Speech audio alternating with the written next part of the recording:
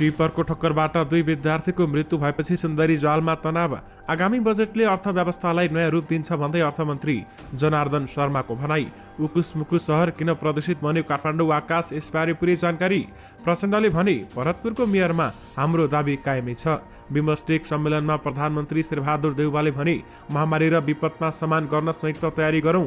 कुलमान घिसिङलाई प्रचण्डको आग्रह। चितवनमा 40 वर्षसम्म धान्ने पूर्वाधार बनाइदिनुस्। शेरबहादुर देउवाको प्राथमिकता भारतसँग सम्बन्ध सुधार। 4वटा प्रदेशमा आज र भोलि वर्षा। पर्सि प्रदेश 1मा मात्रै पानी पर्ने। नेपालका लागि अमेरिकी राजदूतमा डिन थम्सन सिफारिस। तारिखमा छाड्न माग गर्दै पल शाहले दिए उच्च अदालतमा निवेदन। पल शाह कहिले छुट्छन् त, यसबारे पुरै जानकारी। T20 क्रिकेटमा नेपाललाई 115 रनको लक्ष्य। गठबन्धन गर्छौ भनेका छन्, सजिलो छैन भन्दै केपी ओलीको भनाई। जनताको करबाट रहर लाग्दो सहर बनाउने मेयर छान्ने बेला आयो भन्दै प्रकाशमान सिंहको भनाई। नेपाल कोरोना नियन्त्रणमा सफल छ भन्दै प्रधानमन्त्री शेरबहादुर देउवाले भने। प्रचण्ड र माधव नेपालले 1 सिट जिते पनि सबै सम्पत्ति राजीनामा गरी सन्यासी बन्छु भन्दै दुर्गा प्रसाईको भनाई। कुलमान घिसिङको प्रशंसा गर्दै प्रचण्डले भने लोडसेडिङ मुक्त मात्रै होइन, निर्यातको ठाउँसम्म पुगिसक्यौं। बल्फी हाइड्रो पार्कको आइपिओ आजदेखि बिक्री खुला। 4 प्रदेशमा हावाहुरी र चट्याङ सहित वर्षाको सम्भावना। भक्तपुरमा 2 अर्बको लगानीमा तरकारी बजार सञ्चालन। निगम आर्थिक संकटमा परेको बेलामा इन्धनको खपत घटाउन आइतबार बिदा र सवारीमा जोर बिजोर गर्न प्रस्ताव। एमाले एक्लै 1 क्विन्टलको ढक हो, 1 केजीका 5वटा मिलेर फरक पर्दैन भन्दै केपी ओलीको भनाई।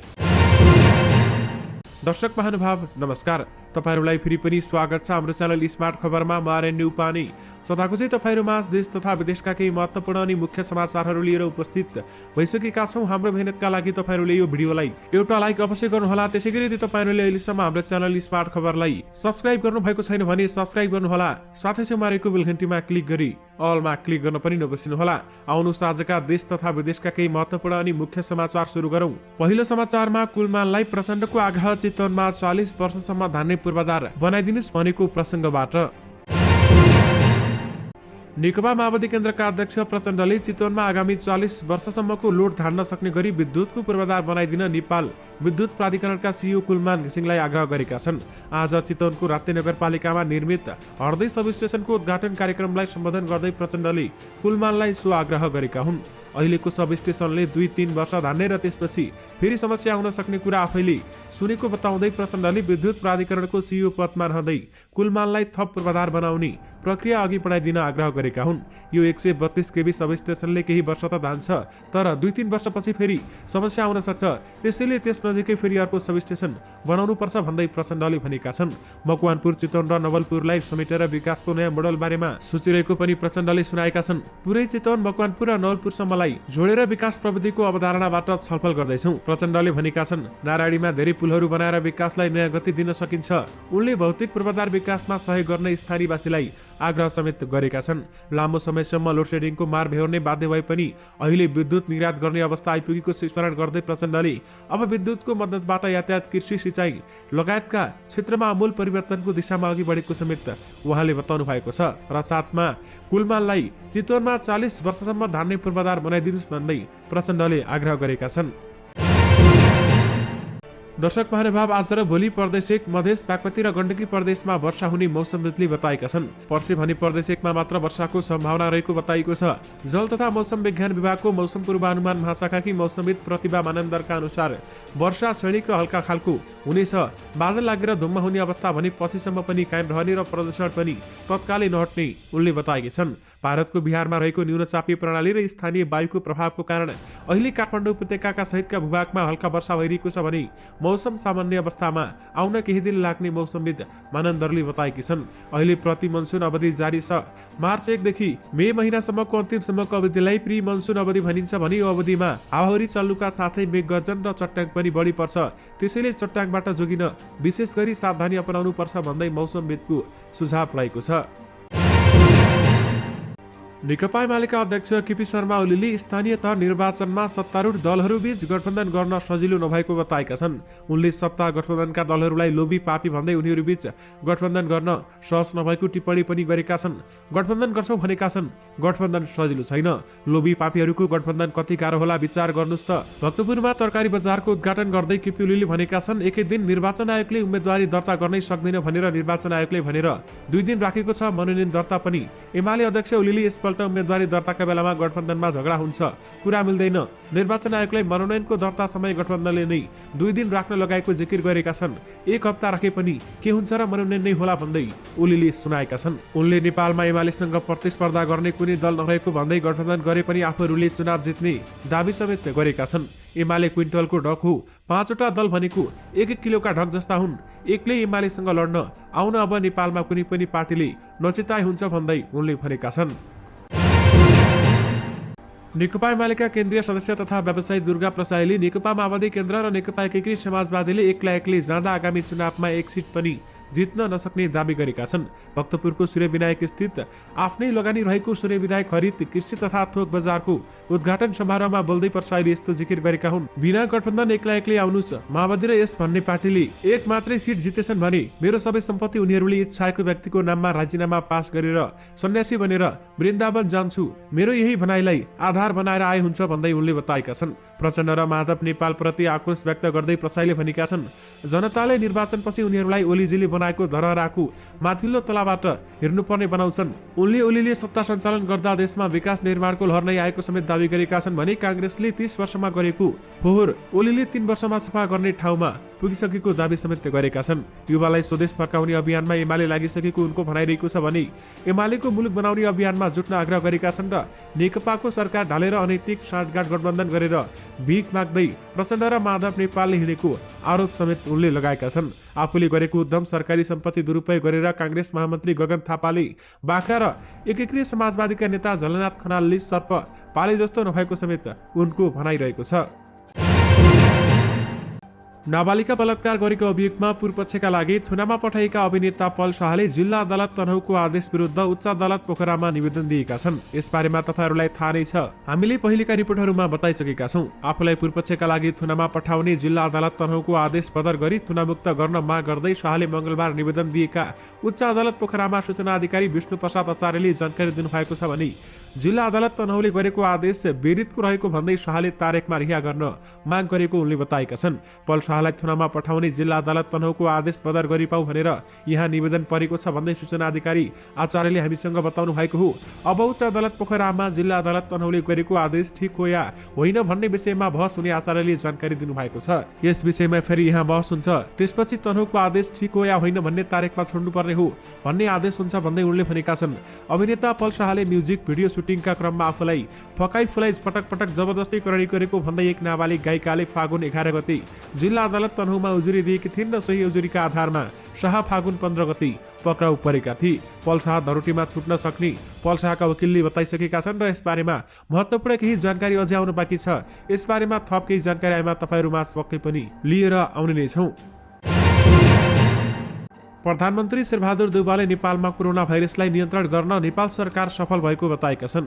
श्रीलङ्कामा जारी बंगालको सहयोगमा प्रयास 20 मिटक 5औं सम्मेलनमा भर्चुअल माध्यमबाट सम्बोधन गर्नुहुँदै प्रधानमन्त्री देउवाले कोरोना नियन्त्रण गर्न नेपाल सफल भएको बताएका हुन्। उनले दिगो विकास र शान्तिको लागि 20 मिटक सहित निजी साझेदारको आवश्यकता समेत जोड दिएका छन्। देउवाले सबै देशको एक आपसमा सहयोग आदान प्रदानले जस्तो सुकै प्रकृतिलाई विपदलाई परास्त गर्न सकिने धारणा पनि बताएका छन् र उनले दिगो विकास लक्ष्यलाई पूरा गर्नुपर्ने धारणा भर्खरै मात्रै अल्प विकसित देशबाट माथि उठेको देश नेपाललाई यो लक्ष्य महत्त्वपूर्ण भएको समेत उहाँले बताउनु भएको छ।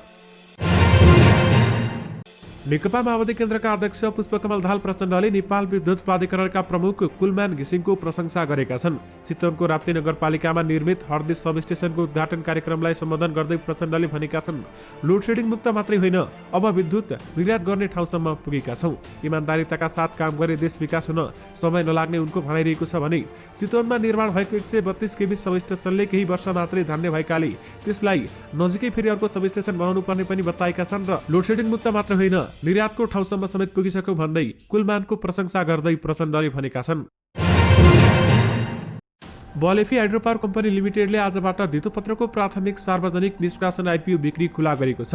कम्पनीले सर्वसाधारणका लागि प्रति किता 100 रुपियाँ अंकित मूल्यमा 18 करोड 27 लाख 97 हजार रुपियाँ बराबरको 18 लाख 27 हजार 970 किता साधारण शेयर निष्कासन गरेको छ। कम्पनीले कुल सार्वजनिक निष्कासन मध्ये 4% अर्थात् 73,119 किता शेयर कम्पनीका कर्मचारीहरूका लागि र 5% अर्थात् 91,398 किता शेयर सामूहिक लगानी कोषलाई बाँडफाँड गरिएको छ। बाँकी दिएको 16,63,453 किता सेयरका लागि सर्वसाधारण लगानीकर्ताले आवेदन दिन सक्नेछन् भन्दै बताइएको छ। कम्पनीको आइपिओ छिटोमै चैत 21 गते र ढिलोमा चैत 30 गतेसम्म भर्न सकिनेछ र न्यूनतम 10 र अधिकतम 1 लाख किताका लागि आवेदन दिन सकिनेछ। नेपाल धितोपत्र बोर्डबाट स्वीकृत प्राप्त सम्पूर्ण सिएस सदस्य बैंक तथा वित्तीय संस्थाबाट आवेदन दिन सकिनेछ भन्दै बताइएको छ। यानि कि बलिफी हाइड्रो पावरको आइपिओ आजदेखि बिक्री खुला गरिएको छ। त्रिकोणात्मक टी20 श्रृङ्खला अन्तर्गत अहिले भइरहेको खेलमा नेपालले मलेसियाबाट जितका लागि 115 रनको लक्ष्य पाएको छ। कीर्तिपुर स्थित टियु अन्तर्राष्ट्रिय मैदानमा टस जितेर पहिलो ब्याटिङ गरेको मलेसियाले 20 ओभरमा 8 विकेट गुमाएर 114 रन बनाएको हो भने मलेसियाको लागि जुबाइद जुल्किफलले सर्वाधिक 32 र कप्तान अहमद फैजले 24 रन बनाएका थिए भने इनिङ्सको पहिलो बलमै विकेट गुमाए पनि मलेसियाले आक्रामक ब्याटिङ गर्दै रन जोडेको थियो। मलेसियाका ओपनर बिरनदीप सिंहलाई करण केसीको खेलको पहिलो बलमै बोल्ड गरेका थिए र तर त्यसपछि जुबाइद जुल्किफल र कप्तान अहमद फैजले 49 रनको साझेदारी गर्दै इनिङ्स समेत बनाएका थिए। विशेष गरी मलेसियाले नेपाललाई 115 रनको लक्ष्य दिएको छ। जिल्लाको गोकर्णेश्वर नगरपालिका 1 सुन्दरी जालमा टिप्परको ठक्करबाट 2 जना विद्यार्थीको मृत्यु भएपछि तनावको स्थिति सिर्जना भएको छ। स्थानीय ब्लड युथ इन्टरनेशनल स्कुलमा अध्ययनरत सृष्टि र श्रेया घिसिङको टिप्पर ठक्करबाट मृत्यु भएपछि तनावको स्थिति सिर्जना भएको हो। आक्रोशित स्थानीयले टिप्परमा तोडफोड गरेका छन् भने सडक अवरुद्ध पारेका छन्। स्थितिलाई नियन्त्रणमा लिन बाक्लो प्रहरी परिचालन गरिएको छ भने केही राउन्ड अश्रु ग्यास समेत प्रहार गरिएको छ। बिहान 8 बजे 2 जनालाई उनीहरूका बुवाले मोटरसाइकलमा राखेर स्कुल लैजाँदै गर्दा 5-4-ख-69 नम्बरको टिप्परले ठक्कर दिँदा घटनास्थलमै मृत्यु भएको हो भने घटनामा उनीहरूका बुवा रोहन घिसिङ पनि गम्भीर घाइते भएका छन्। चालकले टिप्पर ब्याक गरेर दुवै छोरीलाई खिचेको घिसिङको आरोप रहेको छ। घाइते घिसिङको नेपाल मेडिकल कलेज अत्तरखेलमा उपचार भइरहेको समेत बताइएको छ। अर्थमन्त्री जनार्दन शर्माले आगामी आर्थिक वर्ष 2079-80 को बजेटले अर्थव्यवस्थालाई नयाँ रूप दिने दावी गरेका छन्। नेपाल आर्थिक संघ बैंक तथा वित्तीय संस्था परिसंघ नेपाल र अर्थ मन्त्रालयले संयुक्त रूपमा आयोजना गरेको बृहत आर्थिक बहस कार्यक्रममा बोल्दै उनले यस्तो बताएका हुन्। अहिले अर्थतन्त्रका बारेमा धेरै कोणबाट चिन्ता भइरहेको भन्दै उनले बजेटले अर्थव्यवस्थालाई नयाँ रूप दिने दावी समेत गरेका छन्। किसानले आफ्नै बारीमा बजेट फसेको महसुस गरून् भन्ने आफूले चाहेको भन्दै उनले व्यापारीहरूले आफ्नो गोदाममा उज्यालो पसेको खुसी पाउने बताएका छन् र उनले बजेट सबैको अपनत्व हुने गरी निर्माण गरिने समेत बताएका छन्। कृषि उत्पादन वृद्धि, आयातमा प्रतिस्थापन, रोजगारी सृजना, श्रम सिपको उचित व्यवस्थापन, विकास खर्चमा सुधार, सुधारिएको लगानीको वातावरण, निजी क्षेत्र मैत्री लगायतका विषयलाई प्राथमिकता दिएर बजेट निर्माण हुने समेत उनको भनाइरहेको छ। यानि कि आगामी बजेटले अर्थव्यवस्थालाई नयाँ रूप दिन्छ भन्दै अर्थमन्त्री जनार्दन शर्माले भनेका छन्। दर्शक महानुभाव, वर्ल्ड एयर क्वालिटीको बुधबार मध्याह 12 बजेको तथ्याङ्क अनुसार विश्वको प्रदूषित शहरको सूचीमा काठमाडौँ 5औं नम्बरमा परेको छ। प्रत्येक 15 मिनेटको अन्तरालमा परिवर्तन हुने यो सूचाङ्कले मंगलबार राति काठमाडौँलाई नै सबैभन्दा बढी प्रदूषित शहर देखाएको थियो भने बुधबार मध्याहको सूचीमा सबैभन्दा बढी प्रदूषित चीनको वुहान शहर थियो। त्यसपछि भारतको नयाँ दिल्ली, तेस्रोमा पाकिस्तानको कराची, चौथोमा पाकिस्तानको लाहोर र 5औंमा काठमाडौँ परेको छ। सुक्खा मौसम, आगलागीका घटना, शहरको अति फोहोर र लामो समयसम्म पानी नपर्दा प्राय वायु प्रदूषण बढी विज्ञहरू बताउँछन्। तर यो साल फोहोरको तुलनामा डडेलो र आगलागीका घटना धेरै हुँदा प्रदूषणले भने खतराको तह पार गरिसकेको बताइएको छ। मध्याह 12 बजेकै रियल टाइम तथ्याङ्क अनुसार नेपालको 3 ठाउँमा आगलागीका घटना देखिएका छन् र मनाङ र दाङका 2 ठाउँमा आगलागीको घटना देखिएको राष्ट्रिय विपद जोखिम न्यूनीकरण तथा व्यवस्थापन प्राधिकरणका सूचना अधिकारी डाक्टर दिजन भट्टराईले जानकारी दिनुभएको छ। अन्यत्र अहिले भने आगलागीको घटना भएको विवरण नभएको समेत बताइएको छ। यानि कि काठमाडौँ विश्वकै प्रदूषित शहरमा 5 नम्बरमा परेको छ। नेकपा माओवादी केन्द्रका अध्यक्ष पुष्पकमल दाहाल प्रचण्डले चितवनको भरतपुर महानगरपालिकाको मेयरमा आफ्नो पार्टीले दावी गरेको बताएका छन्। चितवनमा आज पत्रकारहरूसँग कुरा गर्दै प्रचण्डले भनेका छन्, भरतपुर चितवनमा हाम्रो दावी छँदैछ। पत्रकारहरूले चुनावी तालमेल र भरतपुर महानगरमा पार्टीको धारणा बारेमा प्रचण्डसँग जिज्ञासा राखेका थिए। प्रचण्डले महानगरपालिका र उपमहानगरपालिकामा सकेसम्म केन्द्रबाट तालमेल गर्ने भन्ने विषयमा सत्ता गठबन्धनमा छलफल भइरहेको जानकारी दिएका छन्।